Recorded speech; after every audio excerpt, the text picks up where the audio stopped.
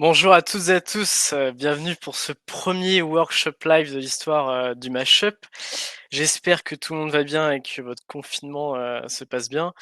Donc c'est un format qu'on teste aujourd'hui, c'est le premier qu'on fait et on verra si c'est quelque chose qu'on va inscrire dans les futurs événements du Mashup.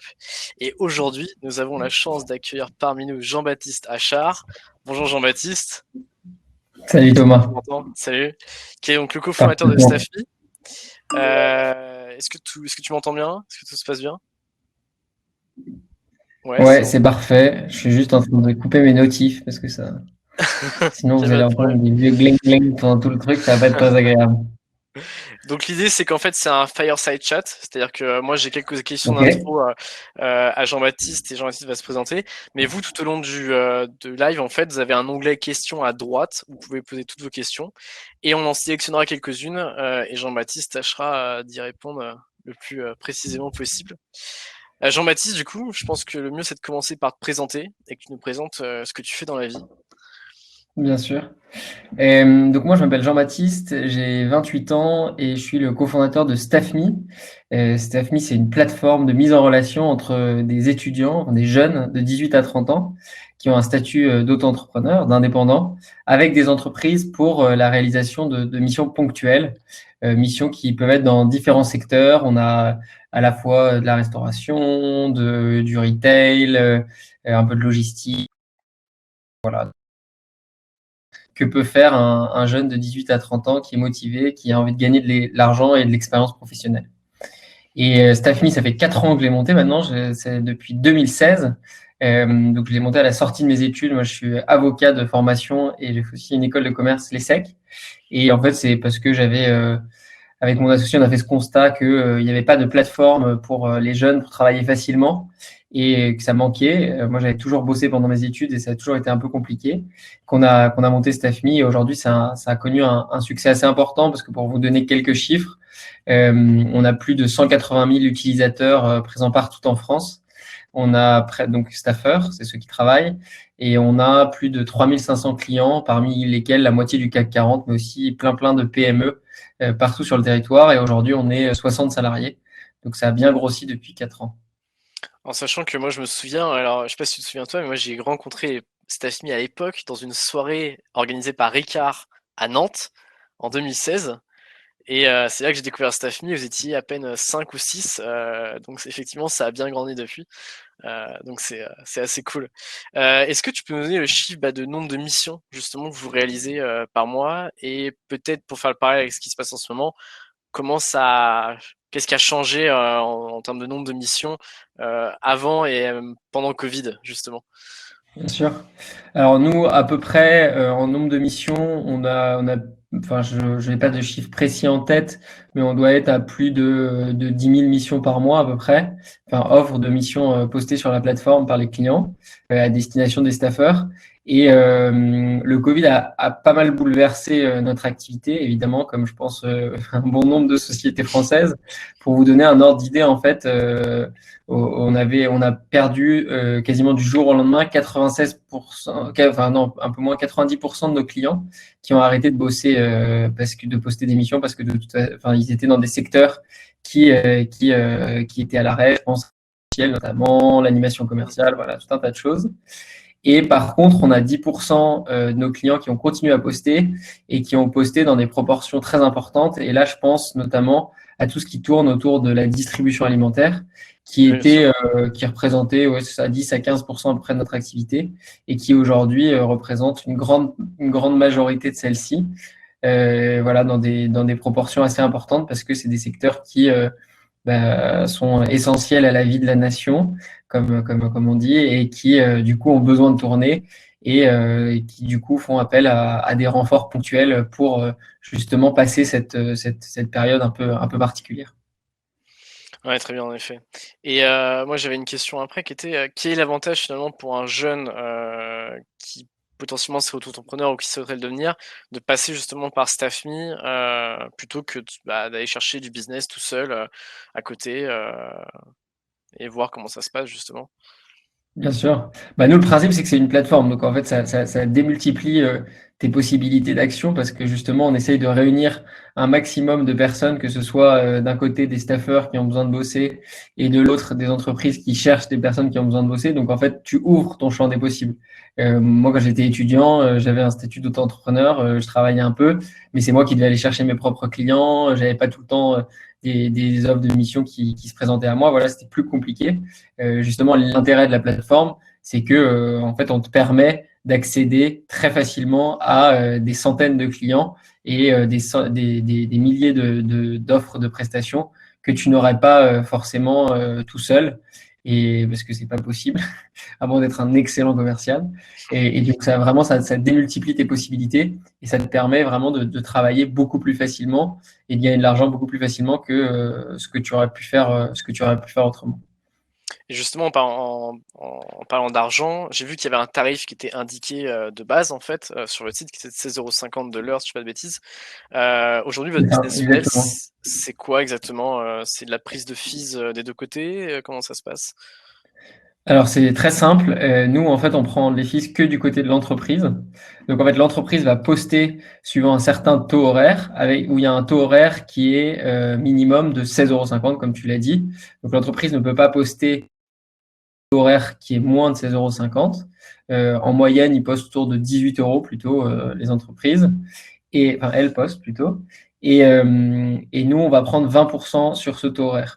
Donc, c'est très simple. Si on va prendre un exemple d'une prestation avec un taux horaire indiqué, proposé par l'entreprise à 20 €.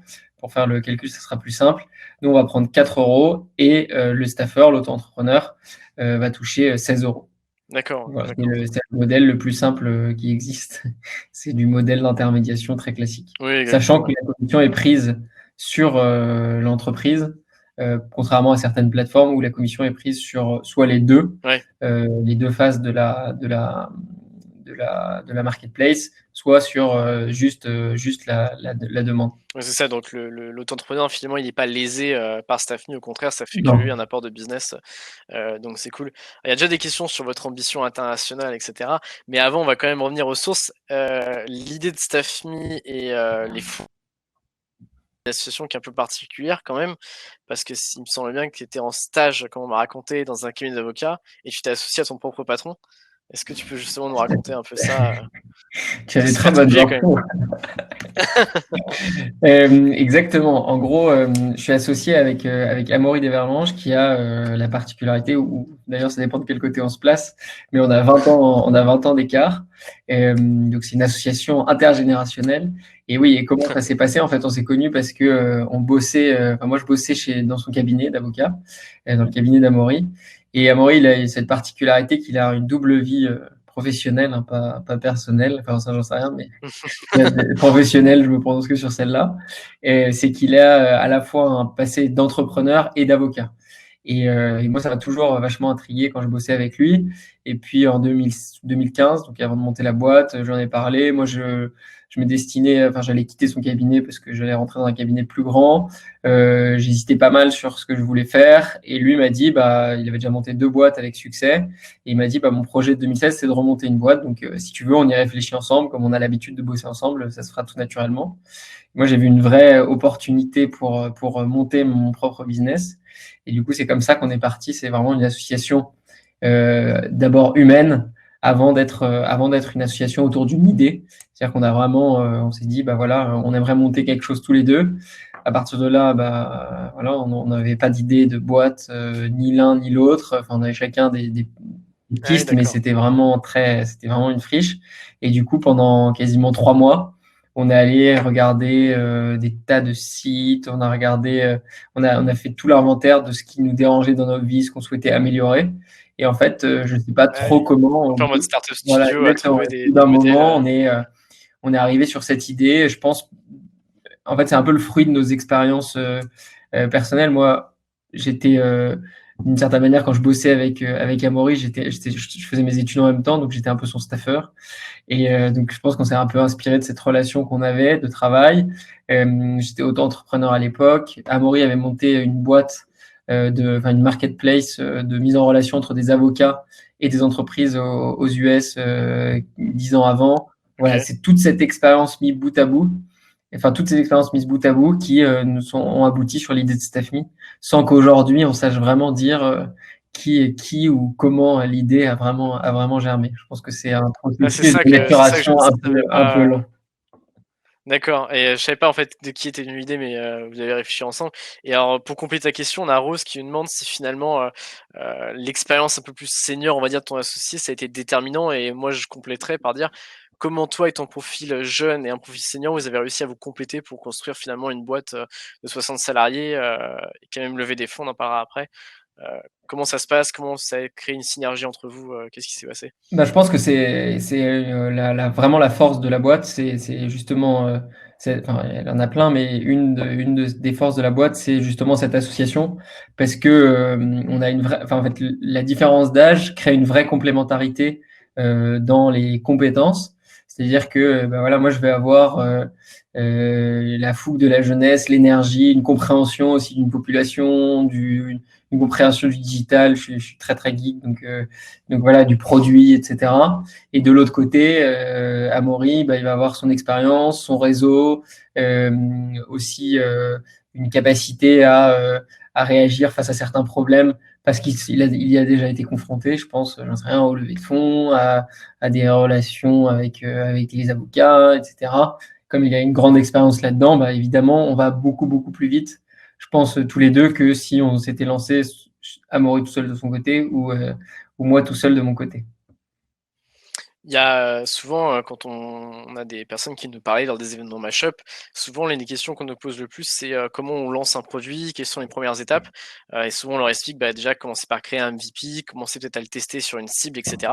Moi j'aimerais savoir comment vous avez testé vous votre problématique et votre solution sur vos premiers utilisateurs dès les premiers jours, premiers mois du lancement de StaffMe. Alors, il y a plusieurs réponses à ça. Nous, déjà, on était un peu les premiers utilisateurs de la solution Mm. parce que moi, j'étais encore étudiant à l'époque. Amaury, il avait son cabinet. Donc, en soi, on pouvait très bien utiliser nous-mêmes la solution. Euh, donc, ça, c'était une des pistes. Après, ce qu'on a fait, avant de se lancer, on a fait des petits sondages. Moi, auprès de copains, etc., qui étaient dans le même cas que moi, c'est-à-dire étudiants, sur combien d'heures ils voudraient travailler, quel serait le format, quels sont les secteurs d'activité dans lesquels ils devraient travailler, etc. Et de l'autre côté, Amaury, avec son réseau pro, a posé quelques questions comme ça à des entrepreneurs qui avaient des boîtes et qui pouvaient avoir des besoins. Donc ça, c'était une des manières de procéder. Et l'autre, c'est que on a assez vite, en quelques mois, shippé une landing page en fait, sur lequel on Mm. définissait toute notre proposition de valeur, sur laquelle on avait beaucoup, beaucoup, beaucoup travaillé et qui racontait en fait un peu notre vision de StaffMe et ce qu'on pensait être le produit abouti. C'est-à-dire qu'on disait, bah voilà, vous êtes une entreprise, vous avez besoin de renfort, en quelques minutes, on vous met en relation avec l'étudiant qui correspond parfaitement à votre besoin, etc. Et de l'autre côté, quand tu es étudiant, bah, tu t'inscris et tu reçois des offres par SMS qui te correspondent. Tu réponds oui pour accepter ou non Mm. pour refuser, le tout de façon extrêmement automatisée. Et en fait, la vérité, c'est qu'il y avait cette landing page qui décrivait justement la promesse de StaffMe. Et derrière, à l'époque, on n'avait pas développé de plateforme à proprement parler, c'est-à-dire qu'on gérait tout on avait une base de données, enfin c'était avec des outils que vous connaissez tous. On avait un Typeform pour l'inscription qui balançait sur une base Mm. de données qui était gérée sur Google Sheets. On avait des énormes filtres pour filtrer tous les profils en fonction des demandes des entreprises.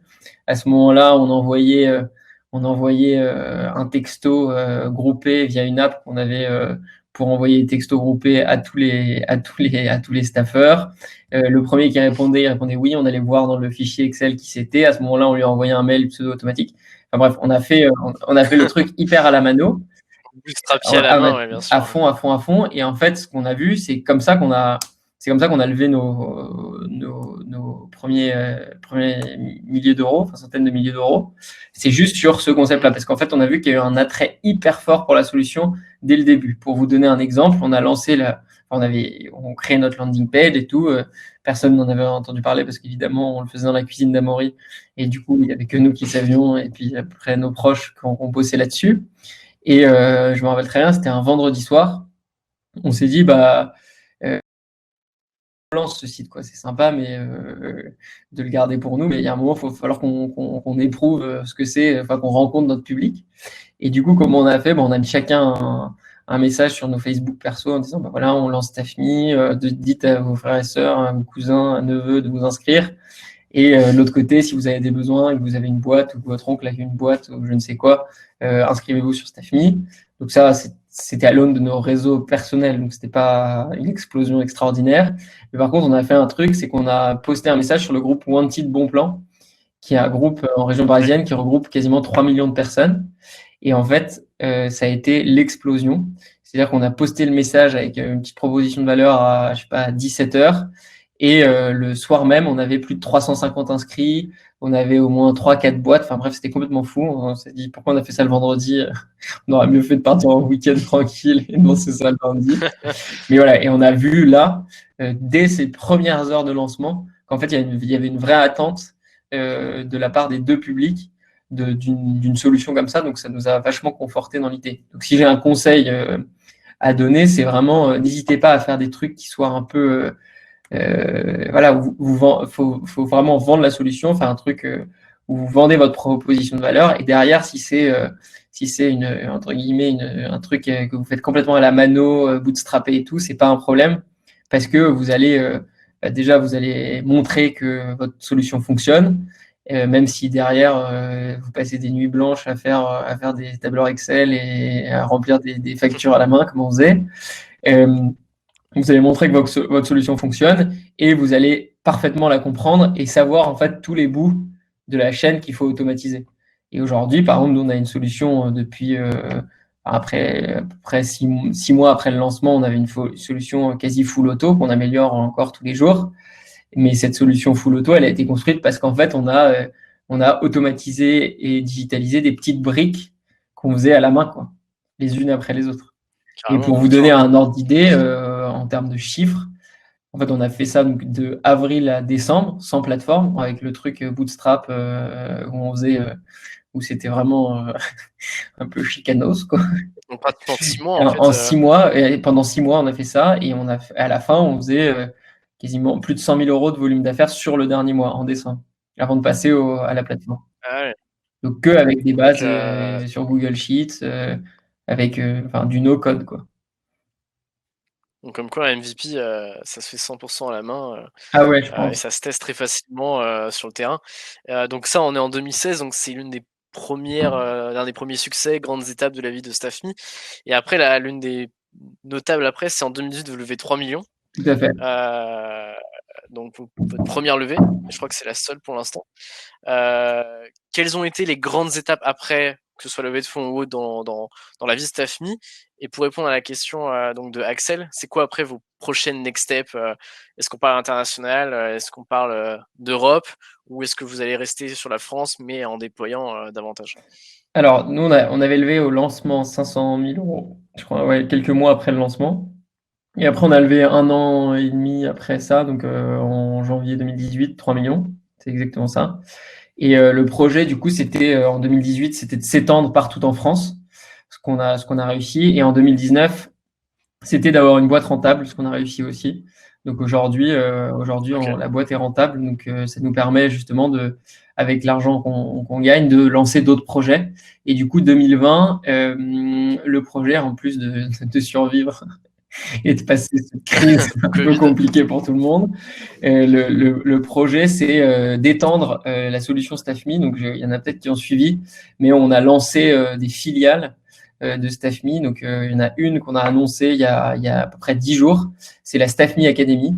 Donc, c'est un organisme de formation à destination des jeunes auto-entrepreneurs. C'est en fait le premier organisme de formation 100% dédié aux jeunes auto-entrepreneurs pour qu'ils puissent se former sur des tas de trucs, du market, de la prise de parole, gestion de site web, amélioration de la productivité, vendre son profil, enfin voilà, des tas de choses.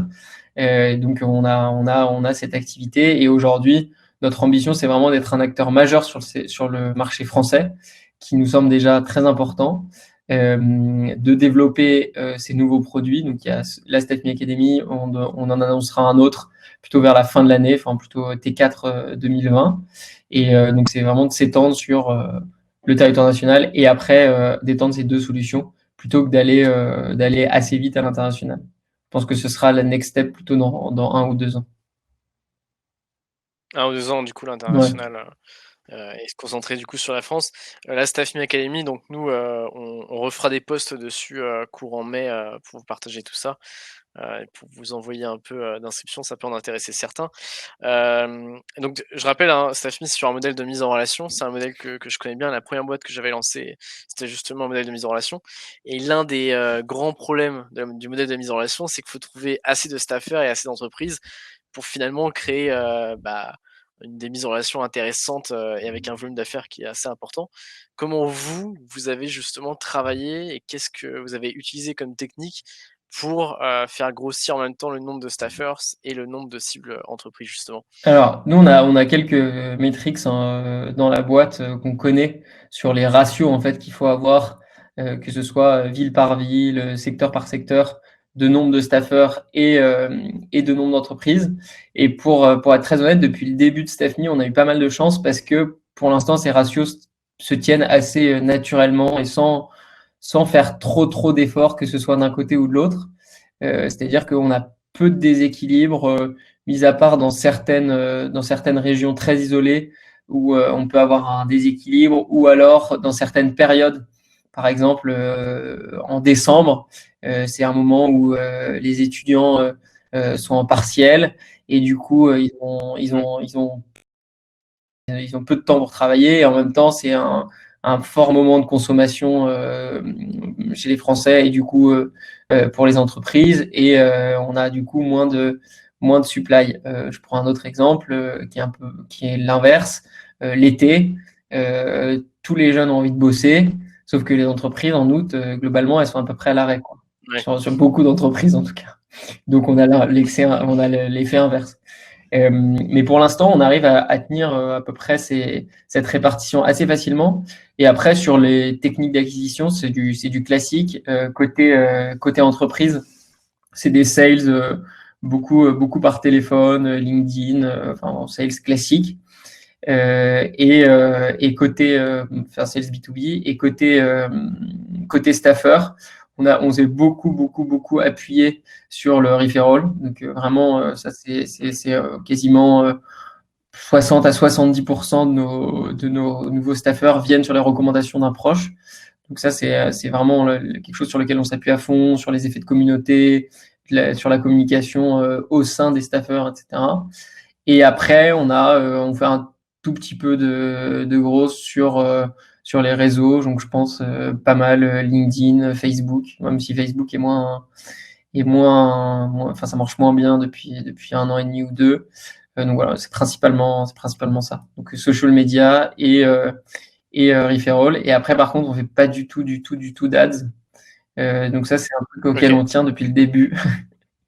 Bon, peut-être qu'un jour, Ouais, c'est intéressant. on On craquera, changera. mais pour l'instant, l'idée, on arrive à avoir vraiment une très belle croissance, beaucoup de traction et tout sans ça. Donc, on se dit que plus tardivement on pourra lancer ça, mieux on se portera. Donc pour l'instant, on n'en fait pas. Ou très à la marge, sur des régions où Bah, on a des besoins spécifiques, à des moments particuliers, quoi. ouais, mais aujourd'hui, vous arrivez à avoir de l'acquisition naturelle et Exactement. qui est assez forte, donc ce qui est très positif. Et on a fait, ici, Donc je ne l'ai pas dit, mais c'est on fait cool. beaucoup de presse. C'est un truc qu'on fait depuis le début Ouais. et en fait, ça marche super bien. Ça marche super bien, c'est-à-dire qu'on est déjà passé, on est passé 2 fois aux 20h, 2 ou 3 fois aux 20h. Moi, je suis passé 3, 4 fois sur BFM. Tu vois, Est-ce que tu as peut-être un conseil pour, non, on le ceux fait. En fait, on qui l'a fait avec des agences, mais ça, franchement, on est ouais? meilleur. C'est OK. très prétentieux, mais c'est vrai. Mais je pense que c'est normal, c'est parce que c'est notre bébé, on le connaît mieux, on est 100% Vous le vendez mieux? dédié, etc. Et du coup, maintenant, on le refait en interne. Et tu vois, genre il y a 2 jours, on était sur Europe 1 pour parler de la Staff Me Academy. Demain matin, sur France Bleu pour parler d'une initiative qu'on a en interne. Voilà, on essaie de faire tout un tas de choses pour essayer de d'avoir de la visibilité. Et c'est sûr que ça drive un trafic de dingue, quoi. Carrément, et parfois la presse paraît très inaccessible pour beaucoup de gens, alors que finalement Non, non, ça je peut se pense faire que ouais. et ça finit dans la pub. Il faut pas être, il faut juste avoir du courage et s'accrocher. Parce que c'est souvent on se dit, ah, j'ai au moins 2-3 exemples où j'ai le journaliste qui m'appelle et qui me dit, ouais, voilà, on voudrait faire un truc, ok, super, machin, ça va être le 20h, tac, tac. Même, on va jusqu'à tourner le truc et puis finalement, c'est jamais diffusé. Ouais, il faut s'accrocher. Ah oui, Faut lancer, je sais pas combien, 15 ou 20 hameçons pour avoir une proie, mais en tout cas, ça marche mais ça paye. et ça paye. C'est sûr que Les retombées sont les là. retombées sont là. On a quand même pas mal d'entrepreneurs et notamment de primo-entrepreneurs qui viennent à nos événements, et cetera, et la question qu'on aime bien poser, aux entrepreneurs un peu plus seniors qui viennent nous voir, c'est est-ce qu'ils peuvent nous parler de leurs échecs? Et est-ce qu'aujourd'hui, tu peux nous partager, si tu en as pas, tant mieux, mais si vous en avez eu au sein de StaffMe, quelques échecs que tu aimerais partager et expliquer, qu'est-ce que tu as appris peut-être de ces échecs-là? Alors, moi, j'aime pas trop cette question parce que j'ai tendance, alors on a évidemment eu des échecs, mais je suis quelqu'un de très optimiste et du coup j'ai tendance à les effacer, à faire reset dans ma mémoire sur les échecs et à Ça les peut se oublier. comprendre. Donc je vais aller les chercher quand même. Tu peux mettre le terme apprentissage Ouais, je si tu sais veux. pas, mais non, j'ai tendance à non pas à oublier mes erreurs, mais en tout cas à essayer de pas voilà, de passer à autre chose, quoi. Mais du coup, un échec sur Stephanie, non, ouais, hein, On c'est pas un peut échec, peut-être un truc, un regret, c'est que je me dis qu'en fait, bon, après, c'est un regret qui est facile, hein, une fois que tu es arrivé là, mais je me dis qu'on aurait pu aller encore plus vite. Et que ouais. parfois on pêche et moi le premier, par prudence, par manque d'énergie et tout, et que en fait, il faut, voilà, il faut toujours, tous les matins, être plus motivé que jamais, avoir le plus d'ambition possible pour arriver loin. Et je pense que, comme on dit, la chance sourit aux audacieux, et que c'est vrai, quoi. C'est pas qu'un dicton. Il faut avoir beaucoup d'audace. Et parfois, on en manque Faut oser se lancer. voilà, parce qu'on est trop prudent, parce qu'on se dit que ça va pas marcher, alors qu'en fait, si tu y vas, bah, ça cartonne. Donc peut-être ça, peut-être trop de Ça prudence. Si j'avais Trop de prudence, bah, peut-être qu'après vous avez encore le temps de croître, on va passer un peu à la question de crise évidemment, toi en tant que cofondateur et donc tu es aussi le COO, donc tu diriges les opérations, globalement chez Staffme. Comment s'est passée, la gestion de la crise un peu dès le départ et après, quand on est vraiment rentré en confinement? Comment toi, en tant que manager, bah, tu as géré cette crise avec tes équipes, avec ton cofondateur et avec toute la team de Staffme, quoi? Hem, Bah, nous, on a vu le truc enfin, on a vu le truc arriver. On n'a pas vu le truc arriver de très loin, mais début début mars, on a commencé à sentir que ça sentait le roussi, quoi. Nous, justement, on a vu vraiment une baisse d'activité chez certains clients, les événements commençaient à être annulés, à l'époque, les matchs de foot commençaient à se jouer à huis clos. Voilà, et du coup, nous, on a vu tout ça. Et très vite, on a pris la décision, je me rappelle, c'était juste avant le discours de Macron, le premier, pas au moment du confinement, celui quelques jours avant. Mmh. On était à l'étranger avec Amaury, mon associé, et en fait, on a annoncé à tout le monde que on allait être en télétravail à partir donc du coup du lundi suivant. Donc très vite, on a mis tout le monde en télétravail parce qu'on s'est dit, franchement, on est une boîte super jeune, on a tous les outils, on fournit dès que le mec ou la nana arrive dans la boîte, elle a son ordinateur perso. Et donc je veux dire, c'est pas compliqué de Mmh. se mettre au télétravail. On a peu de comment dire, d'activités qui nécessitent d'être dans des Sur le bureaux. bureau, ouais. Donc on a mis tout de suite tout le monde en télétravail, et après on a pris pas mal de mesures. Donc enfin, en interne dans la boîte, on a réorganisé pas mal de choses pour faire tout à distance et avec pas mal de succès. On a quelques repères, type on organise un All Hands tous les mois avec toute la boîte. Ben, on l'a maintenu en ligne sur Zoom. On a mis en place des staff cafés. On a continué à onboarder des nouveaux qui sont arrivés dans l'entreprise à la distance. Donc c'était pas évident, mais on a réussi à le faire. Donc voilà. Donc on a essayé de pas trop changer les habitudes, tout en les conciliant avec une organisation qui était un peu perturbée. Et les managers des équipes ont vraiment, enfin, ils le font toujours, mais essayer d'entretenir un lien hyper fort avec chacun. C'est-à-dire que il y a globalement une réunion un peu le matin, kick-off, un point en fin de journée pour bien voir tout ce qui a été fait, etc. Et surtout, on essaye de garder le contact avec chacun parce que je pense que le plus dur dans cette période, c'est peut être l'isolement et la solitude, où il y a des gens qui sont tout seuls dans leur appart, en plus de jeunes deep à Paris, donc ils n'ont pas des palaces, et du coup ça peut être un peu Clairement. compliqué. Et donc vraiment on essaie de maintenir un lien avec chacun pour que personne se sente seul. Et après au niveau des opérations sur la boîte, donc plus en externe, très vite nous on a mis pas mal de mesures en place. Et notamment, on a beaucoup discuté avec les entreprises qui passaient par la plateforme pour leur indiquer de mettre en place des solutions d'accueil des staffeurs, notamment, je pense, aux équipements de protection, masques, gants, etc. Et ça, on a eu un très bon retour.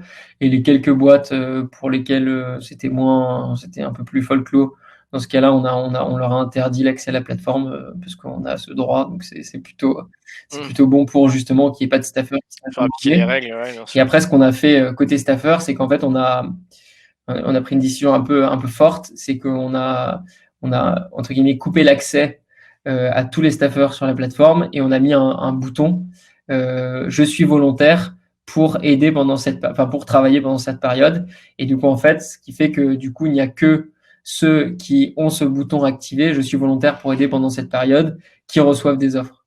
Et du coup, ça permettait de D'accord. prioriser sur ceux qui voulaient vraiment bosser par rapport à ceux qui ne le voulaient pas, et pour éviter de contraindre certains à recevoir des offres alors qu'ils préféraient faire autre chose. Donc, il y a eu ça. Après, on a pas mal de missions qui ont continué en télétravail.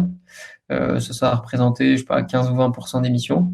Et après, on a mis en place une page d'information qui est staffme.fr/Covid-19, sur laquelle on donne l'ensemble des informations, à la fois sur comment ça va se passer dans la réception de mission, comment ça va se passer si tu acceptes une prestation, qu'est-ce que tu dois faire, à quoi tu dois faire attention et tout, et qu'est-ce qui se passe si en tant qu'indépendant, tu as des pertes de revenus, ce genre de choses. Et notamment, on a beaucoup travaillé avec une association qui s'appelle l'API, l'Association des plateformes d'indépendants, pour permettre à un maximum d'auto-entrepreneurs d'avoir droit, par exemple, au fonds de solidarité qui a été mis en place par le gouvernement pour permettre. Là, on est en train de travailler sur des sujets de garantie de facture en cas de délai de paiement trop important de la part des clients pour les auto-entrepreneurs. Voilà, tout un tas de sujets où on essaye auprès des pouvoirs publics de pousser pour obtenir des garanties pour les indépendants. Ouais, donc vous avez vraiment tout fait pour sécuriser le travail des staffers pendant cette période Ouais. mais garantir finalement Et puis pour ceux qu'ils qui vont bien être travaillent pas, payés. travaillent pas, essayer de leur garantir des revenus, notamment via le fonds de solidarité. Ouais, donc finalement la mission de Staffme est complète et bien Ouais. remplie, ça va au-delà de simplement une mise en relation et une plateforme. Tu as encore une dizaine de minutes avec nous pour ce live. N'hésitez pas à poser vos questions dans le chat à droite. Il y a une question qu'on nous pose très souvent et c'est l'un des sujets qu'on a beaucoup nous au Mashup, c'est le sujet des levées de fonds qui passionne beaucoup de monde. Est-ce que Ça, tu peux nous c'était avant. expliquer pourquoi? Oui, je sais que c'était avant. Non, on verra bien comment ça Moins change passionné. après cette période-là. Même si il y a eu un très bon trimestre en France au niveau du early stage, ça il a été très bon, donc pour l'instant on verra Toujours bien le comment ça se V2. passe. Voilà, c'est ça. Je préfère le V2. Euh, Sensiblement les levées devraient baisser, les valorisations un peu. Est-ce que tu peux m'expliquer comment ça s'est passé? Pourquoi vous avez levé des fonds? Et j'ai lu dans un article que c'est quelque chose qui avait pris 6 mois à réaliser. Est-ce que tu pourrais expliquer à ta sauce qu'est-ce qu'une levée de fonds et pourquoi vous l'avez fait en gros, tout simplement? Alors nous, c'était très simple. C'était donc en 2017. On avait monté la boîte depuis 1 an. On commençait à avoir pas mal de traction, mais ça restait encore très très petit. Pour vous donner un ordre d'idée, je vous donnerai pas de chiffres, mais si mes concurrents écoutent, mais aujourd'hui, on fait plus de. Je calculais la dernière fois, ce mois-ci, on fait plus de 12 fois ce qu'on faisait. On fait fois 12 par rapport à ce qu'on faisait en décembre 2017 au moment où on a levé ce tour. L'idée, c'était qu'on voulait vraiment accélérer sur l'année 2018, notamment en recrutant des sales et pas mal de tech pour améliorer la plateforme, sortir de l'app mobile côté staffer, enfin, voilà, tout un tas de choses. On avait besoin de financement. Du coup, on s'est lancé dans ce process, ouais, c'est ça, à peu près 6 mois avant, enfin, en gros, en septembre 2017. Et ce qu'on a fait, c'est qu'on a été accompagné par un leveur de fonds qui s'appelle Clipperton. Mmh. Euh, Ouais, d'accord. voilà, et Très belle maison. ouais, qui est assez connu. Il y en a quelques-uns. Enfin, il y a Mmh. Clipperton, Chausson, Cambon, et Chausson Finance, voilà. Et qu'est-ce qu'il y a d'autre? Il y en a, Cam j'en oublie un. Camber Finance, Ça, je connais Cam pas. bah, comme tu l'as dit, Non, ah oui, Cambon, ouais. c'est, Et après, il y en a ouais, un autre très connu, mais enfin, sinon, il y a Rothschild je l'ai pas, aussi. je Ouais. il y a Rothschild Voilà. aussi, ouais. Donc on va pas tout. Maintenant qu'on a cité un ou deux, il faut qu'on les cite tous. Il y a aussi ICAP Partners, il y a aussi Avolta. Donc, bref, donc, du coup, l'intérêt, Je ne connaissais pas. en fait, c'est des banquiers qui vont t'aider à la fois dans l'approche des potentiels investisseurs, l'organisation du roadshow et la rédaction de toute la doc et la négociation du pacte. Donc, ça se fait en étapes. D'abord, Alors tu peux peut-être expliquer pourquoi, vous êtes passé par un leveur de fonds, bah, là où vous auriez pu le faire, vous-même, en somme? bien sûr, en fait, il y a, pour moi, alors après, il y en a qui sont, comme dans tout sujet, il y en a qui sont très manichéens, qui te disent il faut absolument y aller avec un leurre de fond, il faut absolument pas. Moi, je t'avoue que à l'époque, c'était un choix très pragmatique, c'est-à-dire on était peu dans la boîte, on était genre, je sais pas, c'était à peu près au moment où on s'est rencontrés, enfin, on s'est vu via la tournée Ricard. On devait être 7 ou 8, tu vois, on était deux fondeurs, donc globalement, si nous, on se mettait à fond sur un process de levée de fonds à 100%, bah, en fait, il y a une partie de l'opérationnel qui n'était pas gérée, enfin, la boîte allait avancer moins vite, de fait. Et du coup, on a fait ce choix-là d'être accompagné pour justement pouvoir euh, continuer à faire ce qu'on avait à faire dans la boîte opérationnellement au jour le jour et continuer à avoir cette forte croissance, que ce soit d'un côté commercial pour mon associé Amaury ou moi plus sur les ops et le produit. Et du coup, décharger un peu cette charge de travail sur nos conseils en investissement. Et du coup, ce qu'ils ont fait, bah, c'est très simple, hein. Enfin, ce qu'on a fait avec eux, c'est on a rédigé un business plan, on a rédigé un deck, et ensuite ils nous ont organisé un roadshow. Donc globalement, tu vas devant des investisseurs, tu as des rendez-vous et tu vas pitcher ton projet. Puis ensuite, tu en as certains qui sont intéressés, avec qui tu vas faire plusieurs meetings, d'autres qui ne le sont pas. Et ceux avec qui tu fais plusieurs meetings, bah, à la fin, tu entres en négociation, ils te font ce qu'on appelle une LOI, donc une lettre d'intérêt. Lettre prête-achat, Voilà, ouais. exactement, une lettre d'intérêt que tu négocies. Et puis ensuite, ils font une due diligence, donc c'est-à-dire qu'ils vont fouiller tout ce qu'il y a dans la société, Ce qu'ils veulent fouiller. etc., tout ce qu'ils peuvent fouiller. Bon, après, quand ta société a 18 mois, il n'y a pas grand-chose à Pas grand-chose, ouais. fouiller. Ils font ça prend 1 mois, et puis après, tu signes, et puis voilà, tu as fait ta levée de fonds, tu fais ton petit article dans Vadines, et puis tu passes à autre chose. Et puis c'est là que le plus dur commence. Donc, C'est exactement. Et on voilà. rappelle que, Clipperton, au passage, prend, un Ouais, pourcentage de tout à votre fait. levée, Ouais, ouais, ouais. Mais c'est donc des c'est modèles qui rémunéré. fonctionnent au succès. Donc, après, moi, Mmh. je viens d'une profession, je suis avocat de formation qui est un métier de conseil. Donc, je dénigrerai pas les conseils Non, non, bah, parce que non, je pense c'est, que c'est vraiment, enfin voilà, c'est important, et c'est pour ça, ces métiers existent pour te permettre, toi, de te concentrer en tant qu'entrepreneur sur ton concentrer, ouais. métier, là où tu as une vraie valeur ajoutée. Et si tu peux te décharger de ce genre de trucs, c'est mieux, quoi. Je crois pas C'est à l'entrepreneur qui est un excellent comptable, un excellent leveur de fonds, un excellent tech, un excellent tout. Je pense que être un bon entrepreneur, c'est sûr que c'est avoir beaucoup d'huile de coude, mais c'est aussi savoir bien s'entourer des bonnes personnes. c'est, je suis parfaitement d'accord et je rejoins ton avis. On va repartir un peu dans l'opérationnel. On a une question de Marianne qui demande en fait quel type d'étudiant, enfin est-ce que n'importe quel étudiant peut créer un statut auto-entrepreneur pour travailler chez Staffme? Est-ce qu'il y a des conditions pour entrer finalement sur votre plateforme? Alors, ouais, il y a des conditions, mais ils sont pas au niveau du statut. Ces conditions, il faut avoir entre 18 et 30 ans. Donc ça, c'est juste une condition d'âge. Après, tout le monde peut créer son statut, évidemment. C'est extrêmement simple. Donc nous, on explique sur le site comment faire. On va t'expliquer, ça prend à peu près 10 minutes. Et si tu souhaites pas le faire tout seul sur le site de l'administration parce que tu as une phobie administrative, à ce moment-là, nous, on a contracté un partenariat avec GetBiz, qui est une boîte qui te permet de créer ton statut Ok. pour, je crois, genre 10 euros ou 12 euros, quelque chose comme ça.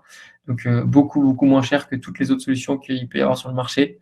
Et donc là, pour le coup, c'est une interface super simple. Tu mets limite ton nom, prénom, ton domicile, et on te crée ton statut.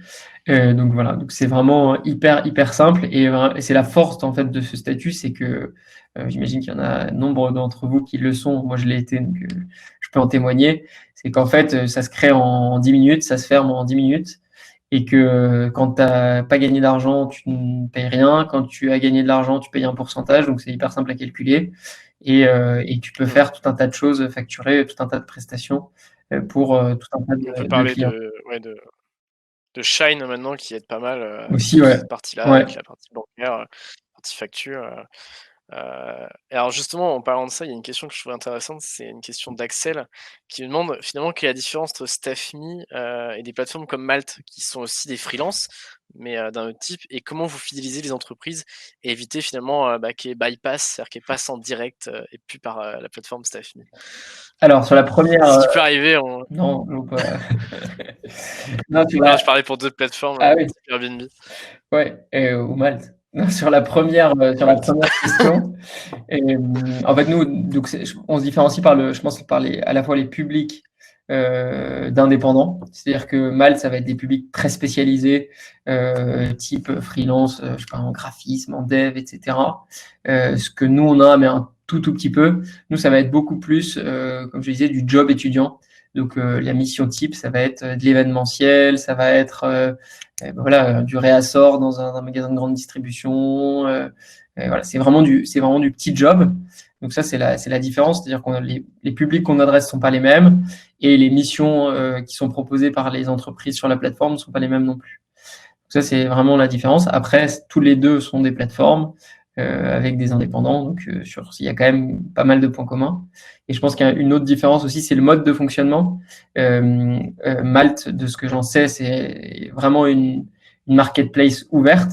C'est-à-dire que globalement, bah, c'est un site internet sur lequel les entreprises vont aller et elles vont voir les différents profils des indépendants. Elles vont pouvoir choisir de travailler avec un tel ou un tel. Nous, on a voulu créer une plateforme Uber-like, c'est-à-dire une Hmm. marketplace fermée, où en fait, c'est nous qui allons rediriger via nos algos de matching l'offre vers les bonnes personnes. Et pour permettre cet effet d'immédiateté côté entreprise, c'est-à-dire que tu postes ton besoin et comme quand tu veux un Uber, bah, tu fais ta demande et en quelques minutes, tu as le Uber qui arrive. Bah, quand tu es une entreprise, tu postes ta demande et en quelques minutes, tu as le bon staffeur pour venir t'aider. Et de l'autre côté, ça crée une expérience totalement nouvelle côté staffeur, côté étudiant, parce que bah, tu reçois des offres sur ton téléphone qui correspondent exactement à ce que tu souhaites faire et tu n'as pas besoin, dans une démarche normalement classique pour trouver un petit job, d'aller postuler, de passer des entretiens, etc. C'est beaucoup moins contraignant. Donc, globalement, ce qu'on a l'habitude de dire, c'est que c'est pas toi qui vas au job, c'est le job qui vient à toi directement. Et toi, Bien, la toi. seule chose que tu as à faire, c'est juste à dire oui pour accepter. Et là, si tu es le premier, bah, le job est pour toi, ou non pour refuser. Donc, c'est une expérience du travail qui est totalement différente et qui correspond beaucoup plus à nos codes générationnels, tu vois, qui sont digital first, où on reçoit des offres comme Hmm. ça, où tu vois, on a besoin de, j'en sais rien, on veut manger un burger, on le commande, on veut regarder un film sur Netflix, on le commande et on a l'accès immédiat. Bah là, c'est pareil, en gros, tu veux travailler, bim, tu allumes ton application StaffMe et tu peux travailler 2 heures après, quoi. Et la deuxième question, c'était sur le Hyper clair. bypass. Évidemment, c'est le sujet de pas mal de marketplaces et on en fait partie. Je pense c'est pas un énorme sujet. Alors évidemment, j'imagine qu'il y en a. Je pense que c'est pas un énorme sujet pour plusieurs raisons. Côté entreprise, c'est parce que la première, c'est qu'en fait, je pense que le service qu'on leur offre est entre guillemets pas cher payé. C'est-à-dire que la commission, en fait, le prix est pas excessif pour le service que ça leur rend. C'est-à-dire que bah, s'ils ont, j'imagine, enfin, ils ont travaillé avec une personne, ok, le lendemain ils ont besoin d'une autre personne, bah, ils vont devoir repasser par la plateforme. Donc d'une certaine manière, le bypass il peut pas, il est plus complexe. Et la deuxième chose, c'est justement cette complexité, c'est-à-dire que si tu bypasses la plateforme, bah en fait tu n'as plus tous les avantages de la plateforme. Et quels sont-ils? Bah, il y a le fait que nous, on s'occupe de la facturation, donc au nom et pour le compte de l'indépendant. Donc, tu es assuré que tu as tes factures qui sont émises en règle, etc. Quand tu es une entreprise. On s'occupe de toute la partie paiement. On a facture les factures. Donc, en fait, l'indépendant est quasiment assuré d'être payé en moins de 7 jours. Donc, c'est pareil, ça c'est un service que si tu es indépendant tout seul face à une entreprise, tu n'as pas. Enfin, voilà, il y a des tas de choses qui font que c'est beaucoup plus complexe l'apport de la plateforme est très fort sur pas mal d'aspects, ce qui fait que ça évite assez naturellement le bypass. Et je rebondis sur une question que pose Benjamin, qui est finalement, et je vais un peu la compléter, c'est quel est le métier, entre guillemets, ou type de mission, pour, quand il dit avancer au plus vite, je suppose que c'est pour gagner plus d'argent. On a vu que c'était surtout des jobs étudiants. Est-ce que vous avez une stade de les 2-3 missions qui sont les plus demandées sur StaffMe justement, et peut-être sur lesquelles il faut se positionner pour gagner plus d'argent? Bah alors, ce qu'il faut déjà, c'est cocher. Alors, au moment de l'inscription, tu peux cocher des critères. Et du coup, il faut cocher un maximum. Comme ça, si tu sens que tu peux toutes les Ouais, faire, bah, comme ça, tu tout auras à plus d'offres. Mais après, non, après, c'est très classique, hein. J'allais dire, c'est animation commerciale. En ce moment, on en a moins, mais ça va être ouais, animation commerciale. Pas mal de commercial dans les entreprises aussi. Donc, du call, de l'accueil, de l'administratif. En vrai, il y en a pour tous les goûts et c'est assez bien réparti. C'est-à-dire qu'il n'y a pas tu vois, un secteur où tout le monde ou un type d'activité que tout le monde doit faire. Et si tu coches pas ce truc-là, tu auras genre une offre tous les 2 mois, alors que si tu coches ce truc-là, tu en auras 10. Donc, non, non, il n'y a pas de crainte. C'est sûr que si tu coches que un type d'activité, genre, il peut y avoir, j'en sais rien, un plonge en restaurant, bah ouais, tu recevras moins d'offres que si tu coches pas mal de trucs, genre en administratif, en aide administrative je sais pas, en vente, quoi. Donc non, il y en a pour tous les goûts et partout. Donc, la question d'après, c'était quels sont les ratios entre les différentes missions. Donc, tu as répondu. Ouais. Alors, on a une question, je ne sais pas si tu pourrais y répondre, mais peut-être que ça se pose sur enfin, ça peut varier sur les missions, mais si jamais on a des questions de propriété intellectuelle dans l'une des missions ou de R&D, est-ce que c'est un critère justement Alors, je pour une comprends bien la mission question. Est-ce que, supposons que le veuille travailler sur des projets avec de la est-ce que c'est un critère? Alors, côté entreprise ou côté staff? Est-ce que vous avez ce type de mission ou pas du tout? Alors, propriété intellectuelle, c'est peut-être plutôt de la mission, je pense, en designer ou photographe ou ces choses-là. Ouais, bah ça, on en Euh, a. Ouais, ouais, on a photographie, on a un peu de web design et de design tout court.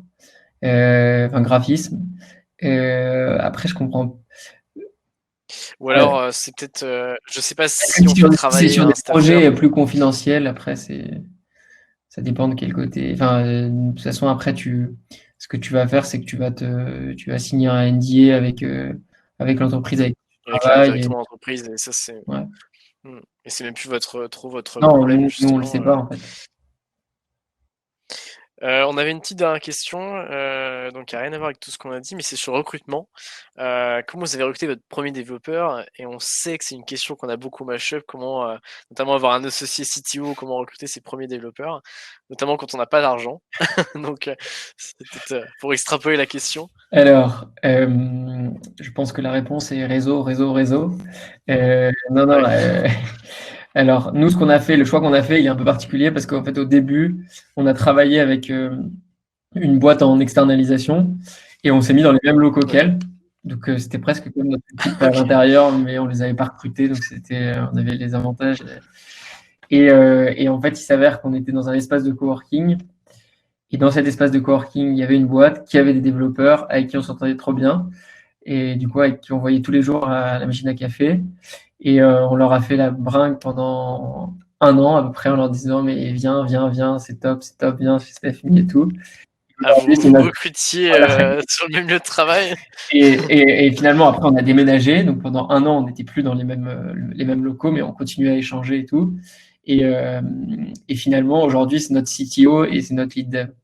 Donc, comme D'accord, quoi, ok. ça marche. Il Donc faut réseauter. alors, est-ce que vous êtes toujours en bonne entente avec la boîte avec qui vous Oui, étiez oui. ou Ils sont partis et après, on les a recrutés. Bon, bah, De comme quoi, je pense c'est que une la bonne idée, mais réponse, c'est après, vraiment, il faut. Il n'y a pas de réponse, c'est il faut faut réseauter, chasser, quoi. réseauter, essayer voilà, d'aller voir un maximum de gens, aller dans des meet-up, dans des espaces de coworking, et trouver des gens qui croient au projet, et avec qui ça fit en termes de personnalité. Et puis après après avancer, quoi. Effectivement, c'est toujours très dur de recruter, mais oui, en fait, je reviens totalement, c'est réseau, faut aller dans beaucoup d'événements, faut recruter beaucoup de monde, parler de son projet, et puis Exactement. Mais même après, ça finit par à venir. l'heure du confinement, il y a aussi pas mal de communautés. Je sais pas, Mm. moi, je lis beaucoup sur un tas de sujets, mais tu vois, tu vas sur GitHub, tu vas sur Twitter, tu as quand même pas mal de monde. Et donc, assez vite, tu peux rentrer dans quelques mois, tu peux rentrer dans des communautés sur des technos et tout, et rencontrer des développeurs qui, après, peuvent rejoindre ton projet. Carrément. Et en fait, il y a même, en ce moment, je vois des plateformes qui se montent, où des CTO pour des projets un peu plus solidaires, etc., acceptent de l'idée des projets tech gratuitement, Ouais, en pro bono. justement pour Ouais. en pro bono, exactement. On va arriver à la fin de ce live. Je fais un petit portrait chinois pour terminer sur toi. Alors, la première chose, c'est est-ce que tu as 2-3 conseils juste à donner comme ça rapide pour un étudiant ou en tout cas un jeune entrepreneur qui voudrait se lancer? Euh, Si tu as 2-3 choses que tu as retenues de ton activité et ton aventure jusque-là et que tu voudrais partager maintenant, ce serait quoi? Ouais, carrément. Alors, moi, j'ai j'ai quelques conseils. Le premier, ce serait, alors si je, c'est quelques clés. Le premier, ce serait vraiment le travail, parce que je pense que, enfin moi, c'est un peu ma valeur cardinale, c'est-à-dire que je pense que on peut avoir énormément de talent, etc. Je pense que sans travail, bah, on fait rien. Enfin, ou alors, j'ai pas encore rencontré et je ne considère pas être un génie qui arrive à tout sans vraiment, c'est important et c'est un truc, c'est une maxime latine. Alors, c'est pas très Startup Nation, mais en tout cas, j'aime bien. C'est labor, improbus, omnia vincit. Donc, ça veut dire le travail acharné Ah, carrément latin. vient à bout de tout. Et je pense que ça, c'est vraiment, voilà, c'est un peu une leçon de vie. Donc, si on veut y arriver, je pense que il faut commencer par se dire qu'on aura beaucoup travaillé et que, voilà, tout, pour arriver à faire des grandes choses, il faut surtout travailler. Donc, ça, je pense que c'est vraiment la raison numéro un. Et souvent, voilà, enfin, c'est assez bateau, mais je prends l'exemple des sportifs de haut niveau. Moi, je suis un fanat de sport. Et c'est sûr que Cristiano Ronaldo, il arrive à être Cristiano Ronaldo parce que, non pas parce que enfin, si, il a quelques prédispositions physiques, mais surtout parce que, genre, en gros, Cristiano Ronaldo, quand tu écoutes ses entraîneurs, bah, les mecs te disent c'est le mec qui arrive un quart d'heure avant tout le monde, qui repart une heure après, qui fait des squats toute la journée et des abdos parce que sa seule motivation dans la vie, c'est d'être genre le meilleur footballeur du monde, quoi. Donc je pense que c'est Et tout le vraiment, monde peut faire son challenge en ce moment voilà. d'abdos, si vous tentez. Donc je pense que c'est hyper important de se dire que si on veut arriver à faire quelque chose de grand, il faut travailler. Faut travailler Donc dur, ce ouais. premier conseil, c'est travailler. Le deuxième, c'est le truc dont je parlais tout à l'heure, c'est l'audace.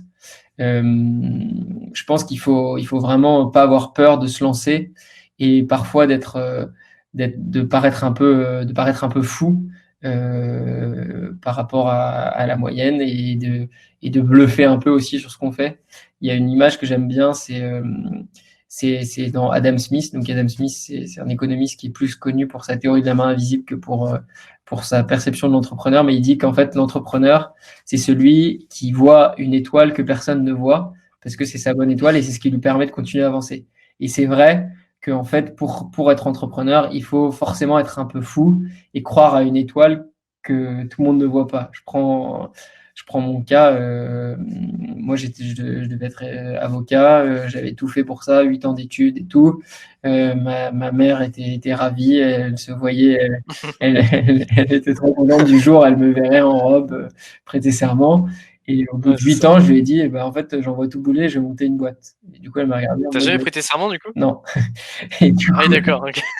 elle m'a regardé, elle m'a dit, mais enfin non, j'ai dit, mais si, j'y crois à mort et tout, ce sera beaucoup mieux. Et voilà, et du coup, c'est parce que je voyais un peu cette étoile à laquelle j'avais Je envie de pense qu'elle est croire et contente où je maintenant. voulais. Et maintenant, je pense qu'elle ne se pose plus la question, elle se dit, c'est pas grave, je l'enverrai en robe dans d'autres occasions. Ah, Mais t'auras ouais, toujours le temps de redevenir avocat plus tard, exactement, après être ouais, c'est tout terminé. à fait possible. Donc c'est vraiment ça. Donc le travail, oser. Donc c'est un peu le oser, c'est le côté un peu la folie. Le troisième, c'est que moi je crois énormément à l'expérimentation. Donc Mm. test and learn, c'est-à-dire je vois trop d'entrepreneurs qui faussent fort pendant des semaines et des mois et des années avant de sortir quelque chose. Et en fait, je pense que les choses, il faut les sortir et les tester et pour voir si elles trouvent leur public. Et si c'est pas le cas, pivoter, être agile et puis tester autre chose. Mais voilà, donc je pense que c'est vraiment la troisième chose, c'est l'expérimentation. La quatrième, si j'avais encore un conseil, ce serait fédérer autour de valeurs fortes. Nous, c'est quelque chose qu'on a mis en place très tôt dans la boîte